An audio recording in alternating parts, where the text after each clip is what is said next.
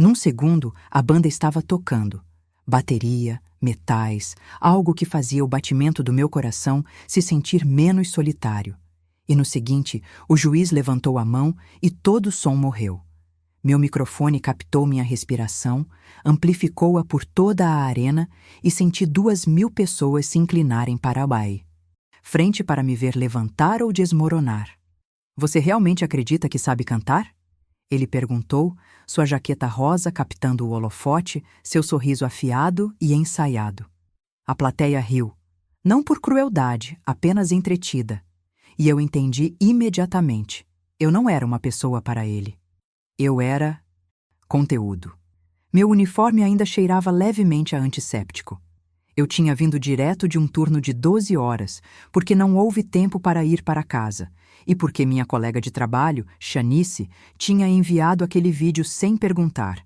Eu cantarolando às 3 da manhã numa sala de descanso vazia, tentando me acalmar depois que um paciente teve uma parada cardíaca. Os produtores chamaram aquilo de descoberta. Eu chamei de desespero. Mas quando mencionaram um cachê de participação, eu disse sim. Porque meu telefone estava vibrando a manhã toda com mensagens que eu ainda não podia responder. Farmácia. Pronto. 86h40. Senhorio. Aviso final. Mãe. Pode me ligar de volta? Eu não deveria estar ali. Eu deveria ser invisível. O tipo de mulher que mantém a cabeça baixa, chega cedo, fica até tarde e engole cada palavra que possa rotulá-la como difícil. Mas as luzes estavam quentes demais para me esconder agora, e o microfone estava ligado, e em algum lugar nos bastidores, um assistente de produção articulava com os lábios. Você não precisa fazer isso, exceto que eu precisava, porque o inalador da minha filha estava na farmácia sem ser pago, porque a casa da minha mãe, minha casa de infância, estava há 2 meses de ser tomada pelo banco e nenhum dos meus irmãos podia ajudar no momento, porque eu estava cansada de ser a rede de segurança que todos esqueciam de checar. Então eu olhei para o juiz, acalmei minha respiração e abri minha boca. A primeira nota saiu baixa, mas não falhou. Sem banda, sem apoio, apenas minha voz, moldada por corredores de hospital, bancos de igreja e noites em que cantar era a única coisa que me impedia de desmoronar. A segunda nota saiu mais forte. Na terceira, a plateia não estava mais rindo. Eles estavam ouvindo, e eu percebi algo que me assustou mais do que o palco. Eu não estava cantando para ele. Eu estava cantando para mim. Quando a música terminou, os aplausos vieram em ondas. O juiz recostou-se, o rosto ilegível. E então meu telefone, enfiado no bolso do meu uniforme, vibrou 3 vezes seguidas. Puxei-o apenas o suficiente para ver a prévia. Mãe, 3 chamadas perdidas. Correio de voz. Minhas mãos gelaram, porque minha mãe nunca liga 3 vezes a menos que algo esteja errado. Não ouvi o correio de voz imediatamente. Os produtores me apressaram para os bastidores, me entregaram uma garrafa de água e uma mulher com uma prancheta perguntou se eu estava bem para filmar um pacote de reações. Assenti, porque é isso que eu faço. Digo sim quando as pessoas precisam de algo, mesmo quando mal estou me aguentando. Mas meu telefone continuava vibrando no meu bolso como um segundo batimento cardíaco, e quando finalmente encontrei um canto quieto o suficiente para apertar o play, a voz da minha mãe encheu meu ouvido, fina, trêmula, o tipo de tom que ela usa quando está tentando não me preocupar. Lorraine, querida, odeio te incomodar, mas cortaram a água esta manhã. Liguei para o Marcos e para a Tasha, mas ninguém atende. Sei que você está ocupada com essa coisa do show, então não se apresse, mas não consigo dar descarga no banheiro, querida. E a senhora Parker, a vizinha, está fazendo perguntas. A mensagem terminou. Fiquei ali segurando o telefone, encarando a parede de cimento, enquanto em algum lugar atrás de mim, um competidor gritava de alegria e canhões de confete disparavam. Minha mãe, a mulher que criou 4 filhos sozinha, que nunca perdeu um domingo na igreja, que me ensinou que pedir ajuda era o mesmo que admitir derrota, não podia dar descarga no banheiro. E estava se desculpando comigo por isso.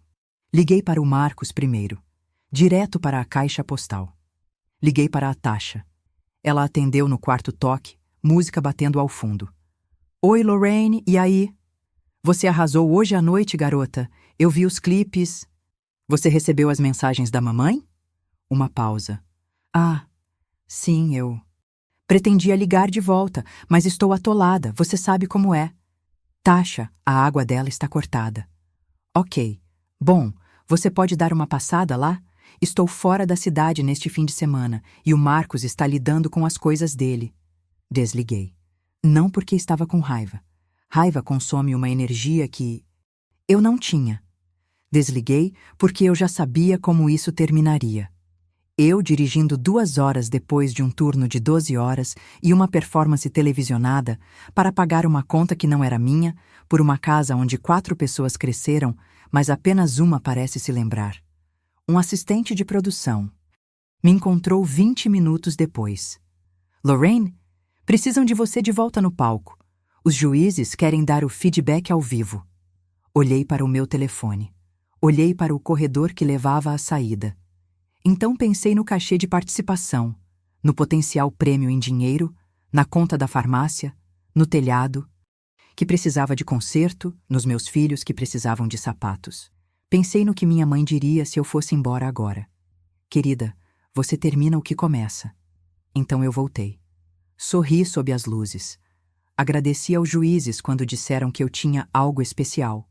E quando me disseram que eu tinha avançado para a próxima rodada, a plateia rugiu e eu não senti nada além do peso do meu telefone no bolso e a certeza de que, não importava o quão longe eu fosse, nunca seria longe o suficiente para fugir das pessoas que precisavam de mim.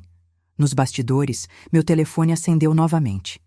Desta vez, não era minha mãe. Era o hospital. Assunto: urgente. Revisão de assiduidade agendada. Se você ainda está ouvindo, já sabe o que estou prestes a perder. Mas o que você ainda não sabe é o que fiz quando abri aquele e-mail e vi o nome da supervisora que estava esperando por uma desculpa para me demitir. O e-mail era curto. Foi assim que soube que era sério. Assunto: urgente. Revisão de assiduidade agendada. Lorraine, seu registro de assiduidade mostra 3 atrasos não justificados nas últimas 6 semanas. Conforme a política do hospital, você deve comparecer a uma reunião formal de revisão. Na segunda-feira, às 9 horas, com a supervisora Denise Hargrove e um representante de RH. O não comparecimento pode resultar em rescisão. Por favor, confirme o recebimento. Li 2 vezes. Então verifiquei meu histórico de ponto no aplicativo do hospital, com as mãos tremendo tanto que quase derrubei o telefone. 2 desses atrasos foram de 5 minutos. 5 minutos. Porque o ônibus atrasou e a busca na creche demorou. O terceiro foi na manhã seguinte, a uma crise de asma do meu filho, quando passei a noite no pronto-socorro com ele e ainda apareci para o meu turno, apenas 20 minutos. Atrasada. Denise Hargrove, a supervisora que me advertiu no ano passado por tom de voz, depois que questionei por que eu estava cobrindo 3 alas sozinha. Aquela que sorria para mim nas reuniões e depois me escalava para todos os feriados, todos os turnos duplos, todos os turnos que ninguém mais queria. Ela não precisava de um motivo para me demitir. Ela só precisava de uma desculpa, e eu finalmente tinha dado uma a ela ao me tornar visível. Um competidor passou, ainda chorando lágrimas de felicidade, e percebi que estava parada num corredor onde os sonhos das pessoas estavam se tornando realidade enquanto o meu estava se desfazendo em tempo real. Eu tinha 2 dias para descobrir como manter meu emprego, pagar a conta de água da minha mãe, pegar o inalador da minha filha e me preparar para a próxima rodada dessa competição, porque se eu desistisse agora, perderia o cachê que eu já tinha gasto na minha cabeça uma dúzia de vezes. Meu telefone vibrou novamente. Desta vez era Shanice, minha colega, aquela que tinha enviado o vídeo. Garota, você foi incrível. Também. Você viu o e-mail da Denise? Me liga. Eu liguei. Ela atendeu no primeiro toque. Lorraine, escuta. Ouvi ela. Falando com o RH ontem. Ela está montando um caso. Ela está te observando desde que aquele vídeo viralizou, esperando algo colar. Shanice, nunca me atrasei sem motivo. Não importa, você sabe como funciona. Você não é mais a confiável. Você é a enfermeira que acha que é cantora. E a Denise odeia isso. Fechei os olhos. Porque Shanice estava certa. Eu havia quebrado a regra não dita. Fique pequena, fique quieta, não lembre às pessoas que você tem uma vida fora do que elas precisam de você. No momento em que pisei naquele palco, deixei de ser invisível. E a invisibilidade, eu estava. Aprendendo, tinha sido minha única proteção. O que eu faço? Perguntei. Shanice hesitou. Então, você aparece na segunda-feira com documentação para cada atraso e reza para ela estar de bom humor. Ou o quê? Ou você aposta tudo nesse programa e espera chegar longe o suficiente para que o hospital não possa arcar com a má imprensa de te demitir.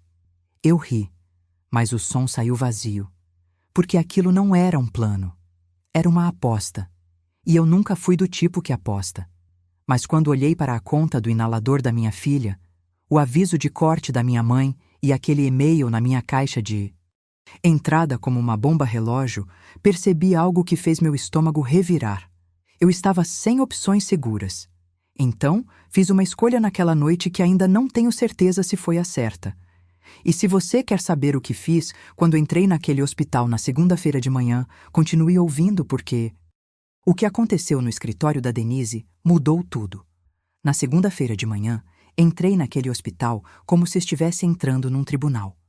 Imprimi cada cartão de ponto, cada mensagem para minha supervisora sobre a asma do meu filho, cada notificação de atraso de ônibus do aplicativo de trânsito. Eu tinha documentação para coisas que nem pensei que precisaria defender. Porque é isso que acontece quando você passa a vida inteira sendo a responsável. Você aprende a se preparar para o momento em que alguém decide que você não é. O escritório da Denise era pequeno e frio, o tipo de sala onde más notícias são dadas com linguagem aprovada pelo RH. Ela estava sentada atrás de sua mesa, mãos cruzadas, rosto neutro. O representante de RH, um jovem que eu nunca tinha visto antes, estava sentado à esquerda dela com um laptop aberto, registrando tudo. Lorraine, obrigada por vir. Começou Denise, seu tom profissional e distante. Estamos aqui para discutir seu padrão de assiduidade e se ele está alinhado com os padrões do hospital. Deslizei minha pasta pela mesa. Cada atraso está documentado aqui. 2 foram atrasos de ônibus fora do meu controle. 1 foi uma emergência. Médica com meu filho. Notifiquei você todas as vezes conforme o protocolo. Ela não abriu a pasta. Lorraine, não se trata apenas dos atrasos, trata-se de confiabilidade. Quando você se atrasa, outras enfermeiras têm que cobrir você. Isso cria tensão na equipe. Eu cobri mais turnos do que qualquer pessoa neste andar, disse eu, mantendo minha voz firme. Trabalhei em todos os feriados por 3 anos. Treinei 4 novos contratados só neste trimestre. Se estamos falando de confiabilidade, meu histórico fala por si. O maxilar de Denise apertou. Seu histórico também mostra que você tem estado distraída ultimamente. Presença nas redes sociais, aparições públicas. Precisamos de funcionários focados no atendimento ao paciente, não em projetos pessoais. E ali estava o verdadeiro motivo. Não os atrasos, não a política. O fato de que eu havia saído da caixa que eles construíram para mim. E agora eu era um problema que precisava ser gerenciado. O representante de RH pigarreou. Senhora Carter, a política do hospital permite ausências documentadas. Com base no que você forneceu, podemos emitir uma advertência formal em vez de rescisão, mas quaisquer problemas futuros de assiduidade resultarão em revisão imediata. A expressão de Denise vacilou, apenas por um segundo, com algo que parecia decepção. Ela me queria fora e eu havia sobrevivido. Por pouco. Entendido, disse eu, levantando-me. Mais alguma coisa? Só uma coisa, disse Denise, recostando-se na cadeira. A próxima rodada do seu show está agendada durante o seu turno de quinta-feira à noite. Você precisará escolher. Meu estômago despencou, porque ela estava certa, e ela sabia disso. Saí daquele escritório com meu emprego intacto, mas minhas opções diminuindo, e quando recebi a ligação dos produtores naquela mesma tarde pedindo para confirmar minha vaga nas semifinais, percebi que estava parada numa encruzilhada que não podia mais evitar. Então fique comigo, porque o que eu disse a seguir colocou tudo em movimento. Preciso de folga na quinta-feira. Eu disse isso para Denise. Através da janela de vidro do posto de enfermagem, minha voz firme mesmo com minhas mãos tremendo. Ela levantou os olhos de seus prontuários, uma sobrancelha erguida. Você acabou de receber uma advertência formal, Lorraine.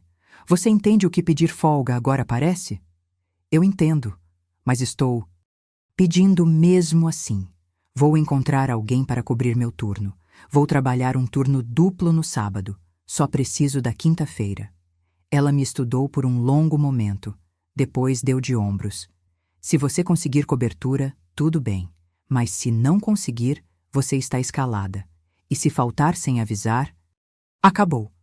Passei o resto do meu turno mandando mensagens para todas as enfermeiras que conhecia. A maioria não respondeu. 2 disseram que não podiam.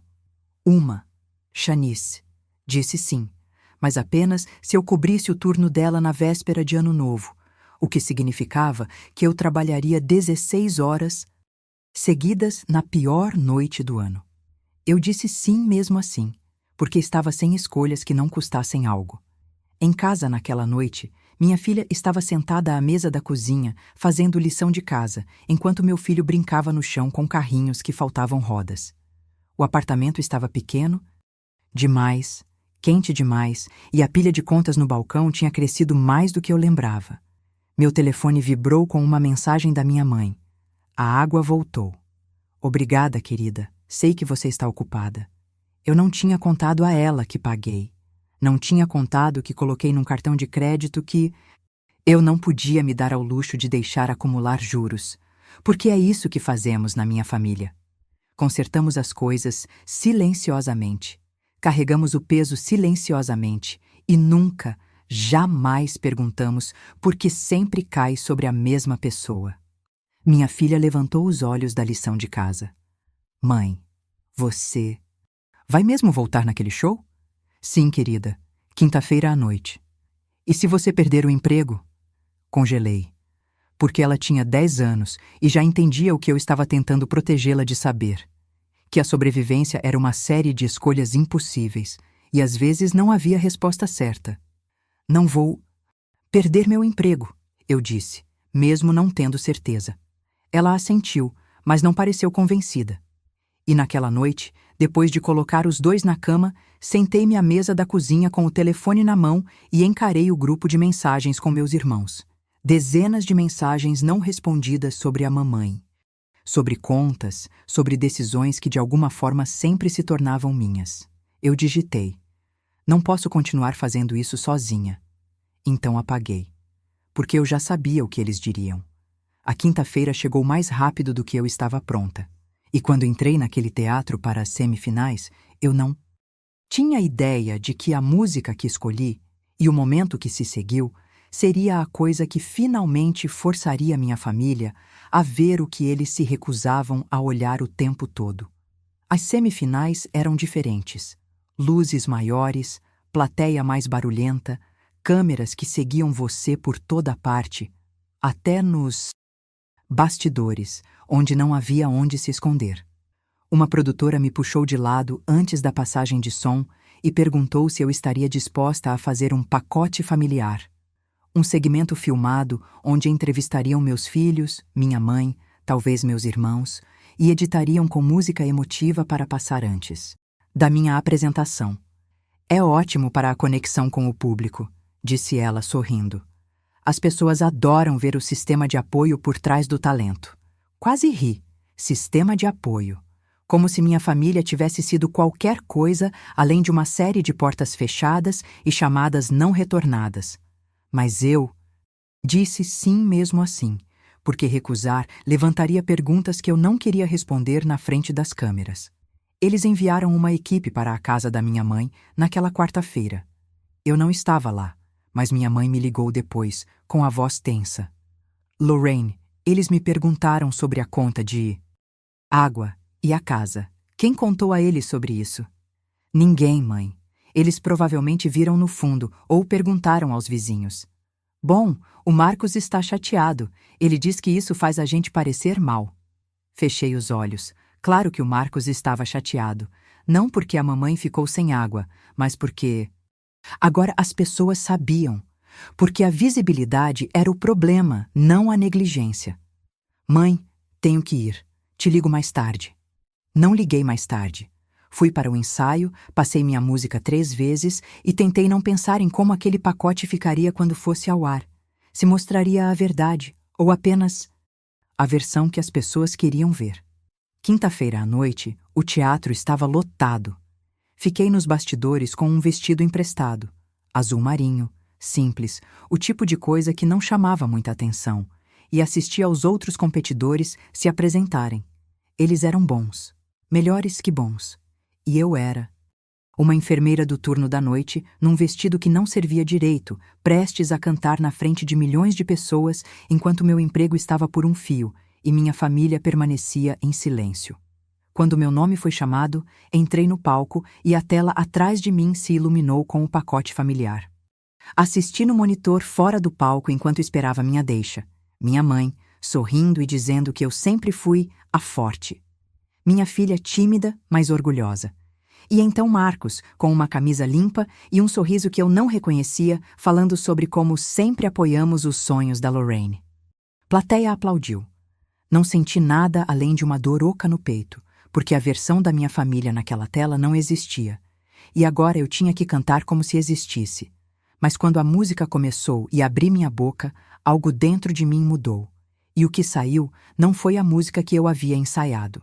Fique atento, porque o que fiz a seguir quebrou todas as regras que eles me deram, e é a razão pela qual você ainda está ouvindo. Cantei o primeiro verso como havia praticado, suave, controlada, atingindo cada nota que o treinador vocal havia marcado na minha partitura. Mas na metade do segundo, verso, parei. Não porque esqueci a letra, não porque minha voz falhou, parei porque olhei para aquela tela, para o rosto do meu irmão dizendo, sempre apoiamos a Lorraine, e não consegui continuar fingindo. A banda continuou tocando por alguns segundos antes que o maestro percebesse que eu não estava cantando. A música desapareceu. A plateia ficou em silêncio. Um dos juízes se inclinou para a frente, confuso. Lorraine, está tudo bem? Olhei para a câmera. Então olhei para a plateia. E fiz uma escolha. Preciso dizer uma coisa, disse eu, minha voz clara e firme no microfone. Aquele vídeo que vocês acabaram de assistir não é a história toda. Minha família me ama, eu sei disso. Mas amor e apoio não são a mesma coisa. E acho que muita gente assistindo a isso sabe exatamente o que quero dizer. O produtor no meu ponto eletrônico estava gritando algo, mas continuei. Tenho coberto contas que não criei, juntando pedaços que não quebrei e aparecendo para pessoas que não aparecem para mim. E achei que era assim que deveria ser. Mas parada aqui esta noite, percebi algo. Estou cansada. E estar cansada não me torna ingrata.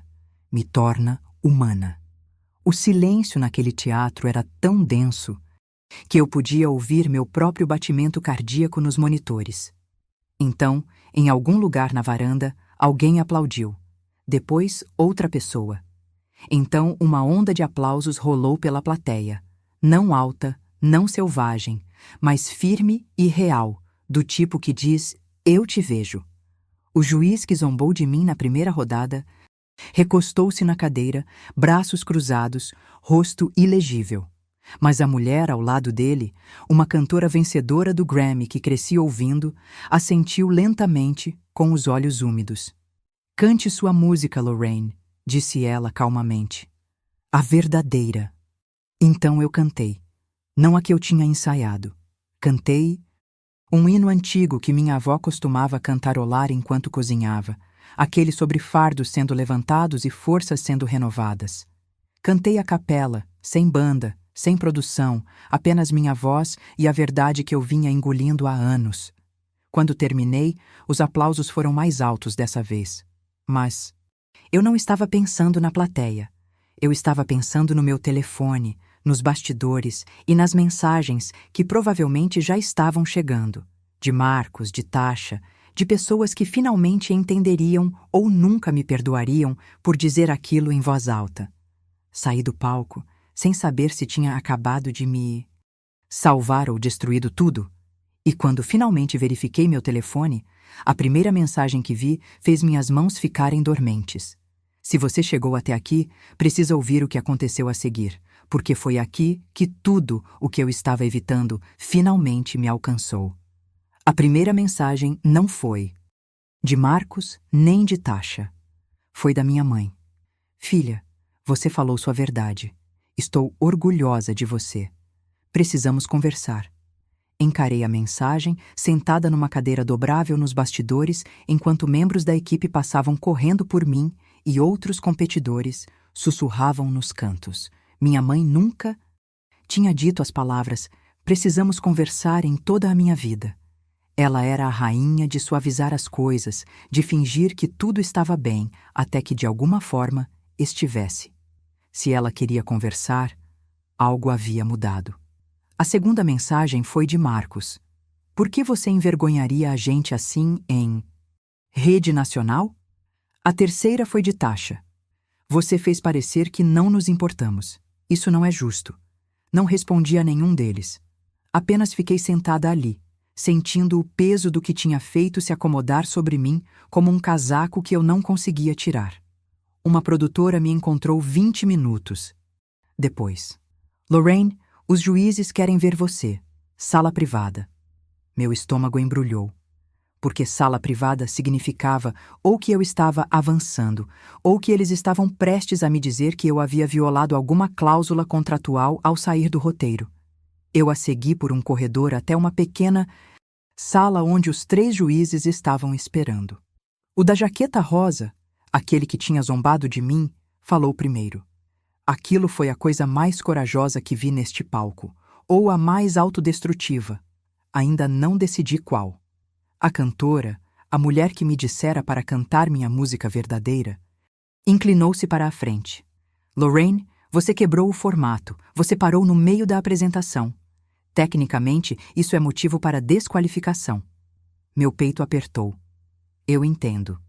Mas, ela continuou, o que você disse precisava ser dito. E a maneira como você cantou depois. Esse é o tipo de arte que estávamos esperando a temporada toda. Então estamos colocando isso em votação. Você avança se 2 de nós 3 disserem sim. O terceiro juiz, um homem mais velho que ficara quieto a maior parte da temporada, falou a seguir. Eu voto sim. Não porque foi polido, porque foi real. A cantora assentiu. Sim, da minha parte. Isso deixava o homem da jaqueta rosa. Ele me estudou por um longo momento, depois suspirou. Não gosto de bagunça. Não gosto de competidores que não conseguem seguir o plano. Mas eu seria um mentiroso se dissesse que aquilo não foi a televisão mais cativante que vi em 5 anos. Ele fez uma pausa. Você passou. Mas Lorraine, não faça isso de novo. Da próxima vez podemos não ser tão generosos. Assenti, com a garganta apertada demais para falar, e saí da sala antes que pudesse chorar na frente deles. Cheguei ao estacionamento antes que meu telefone tocasse. Era minha mãe. Atendi. Lorraine, preciso que você venha aqui em casa amanhã. Seu irmão e sua irmã estarão aqui. Vamos sentar e conversar. Conversar de verdade. Mãe, tenho um turno amanhã. Lorraine. A voz dela era firme de uma maneira que eu nunca tinha ouvido antes. Isso não pode esperar. Então eu fui. E o que aconteceu naquela sala de estar na tarde seguinte é a conversa que eu esperei minha vida inteira para ter. Mas preciso que você fique comigo, porque é aqui que a história fica mais difícil antes de melhorar. Eles já estavam lá quando cheguei. Marcos no sofá, Tasha na poltrona, Mamãe em seu lugar habitual perto da janela. Ninguém estava sorrindo. Ninguém estava fingindo. Foi assim que soube que isso era diferente. Mamãe falou primeiro.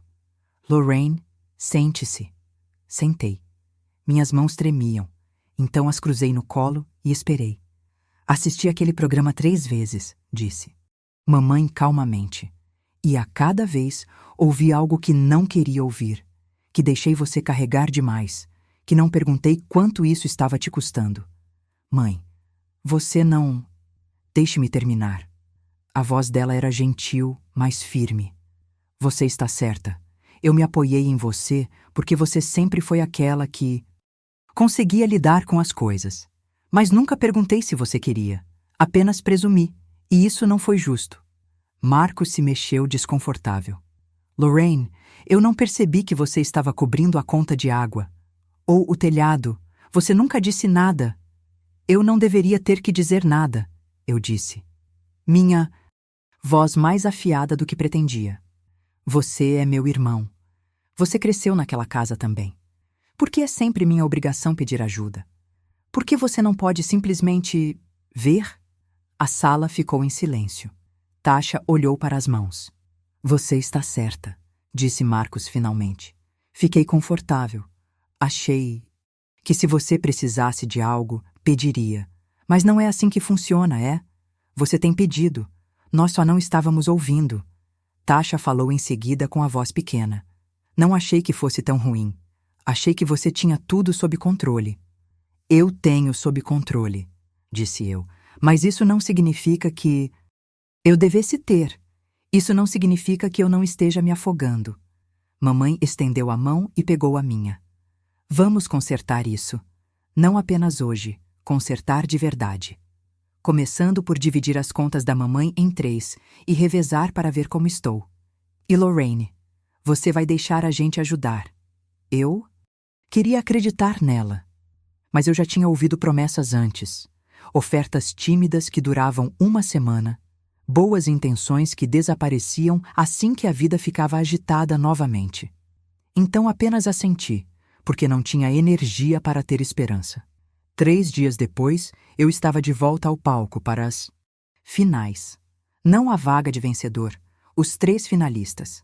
E desta vez, quando tocaram o pacote familiar, foi diferente. Minha mãe, meu irmão, minha irmã, todos sentados juntos, falando honestamente sobre o que haviam perdido e o que fariam diferente. Não foi perfeito, não foi um milagre, mas foi real. Quando cantei naquela noite, não cantei para os juízes ou para a plateia. Cantei para cada mulher que ouviu que era forte o suficiente para carregar tudo e acreditou nisso até quebrar. Cantei para minha mãe, para minha filha, para mim mesma. E quando os votos finais chegaram, eu não ganhei. Fiquei em 3º lugar. Mas parada naquele palco, segurando meus filhos, vendo minha mãe chorar lágrimas de orgulho na primeira fila, percebi algo. Eu não precisava ganhar. Só precisava ser vista. O programa terminou. Mas minha história não. Porque o que aconteceu depois que as câmeras desligaram é a parte que mais importou. E se você ficou comigo até aqui, merece saber como realmente terminou. O prêmio pelo 3º lugar foi menor do que eu esperava, mas maior do que nada. $15.000, um contrato de patrocínio local e um convite para cantar num evento comunitário beneficente que pagava o suficiente para cobrir 2 meses de aluguel. Não era dinheiro que mudava a vida, mas era um respiro. E espaço para respirar, eu havia aprendido, era um tipo de riqueza por si só. Mantive meu emprego no hospital. Denise não me parabenizou, mas parou de me escalar para todos os turnos duplos, e quando pedi folga para o acompanhamento da asma do meu filho, ela aprovou sem brigar. Eu não a perdoei, mas aprendi a estabelecer limites, mesmo quando eles deixavam as pessoas desconfortáveis. Minha família manteve a promessa, na maior parte. Marcos começou a pagar 1/3 das contas da mamãe, embora tenha perdido 1 mês quando o carro quebrou. Tasha passava 2 vezes por semana para ajudar com compras e consultas médicas. Não era perfeito. Ainda havia momentos em que velhos hábitos voltavam, quando eu sentia o impulso de simplesmente resolver tudo sozinha porque era mais rápido Mais fácil, menos complicado. Mas eu não fiz isso. Deixei eles tropeçarem, deixei eles aprenderem. E lentamente começou a parecer menos que eu estava segurando tudo sozinha. A casa da minha mãe continuou de pé. Consertamos o telhado com o dinheiro do patrocínio e mamãe começou a deixar a igreja. Ajudar com a jardinagem em vez de insistir que ela mesma podia fazer. Ela me disse uma vez calmamente que me ver falar minha verdade naquele palco lhe dera permissão para admitir que ela precisava de ajuda também. Que talvez força não fosse sobre carregar tudo, fosse sobre saber quando largar. Algo. Não fiquei famosa.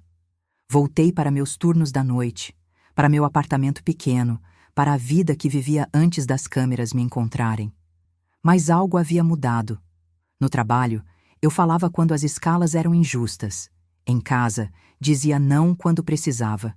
E com minha família, parei de fingir. Que amor era suficiente se não viesse acompanhado de ação. Minha filha me perguntou uma vez se eu me arrependia de não ter ganhado. Pensei sobre isso, pensei de verdade. E então lhe disse a verdade. Filha, eu não precisava ganhar. Só precisava lembrar que minha voz importa. Não apenas quando estou cantando, o tempo todo. Ela assentiu, e vi algo em seus olhos que não tinha visto antes. Compreensão. Não do tipo que vem de ouvir falar, mas do tipo que vem de ver alguém viver aquilo. O juiz da jaqueta rosa me enviou uma mensagem meses depois, quando a temporada foi ao ar na íntegra. Dizia: "Você fez uma televisão melhor do que eu queria admitir. Continue cantando. Mas mais importante, continue falando." Não respondi, mas salvei a mensagem. Porque às vezes os menores reconhecimentos carregam o maior peso. Ainda canto. Na igreja, no evento beneficente. Às vezes apenas no meu carro a caminho do trabalho, quando a noite parece longa demais. Mas agora, quando canto, não é para provar nada. Não é para ganhar nada. É apenas porque minha voz é minha. E finalmente acredito que ela merece ser ouvida. É aqui que minha história termina. Ou talvez onde ela realmente comece. Não com aplausos ou prêmios, mas com o trabalho silencioso e constante de construir uma vida onde não sou a única segurando o peso, onde pedir ajuda não é fracasso, onde ser vista não significa ser usada. Se você ouviu até aqui, obrigada. Não apenas por ouvir minha história, mas por reconhecer a sua própria nela. Porque a verdade é que todos estamos carregando algo. E talvez a coisa mais corajosa que podemos fazer é parar de carregar isso sozinhos.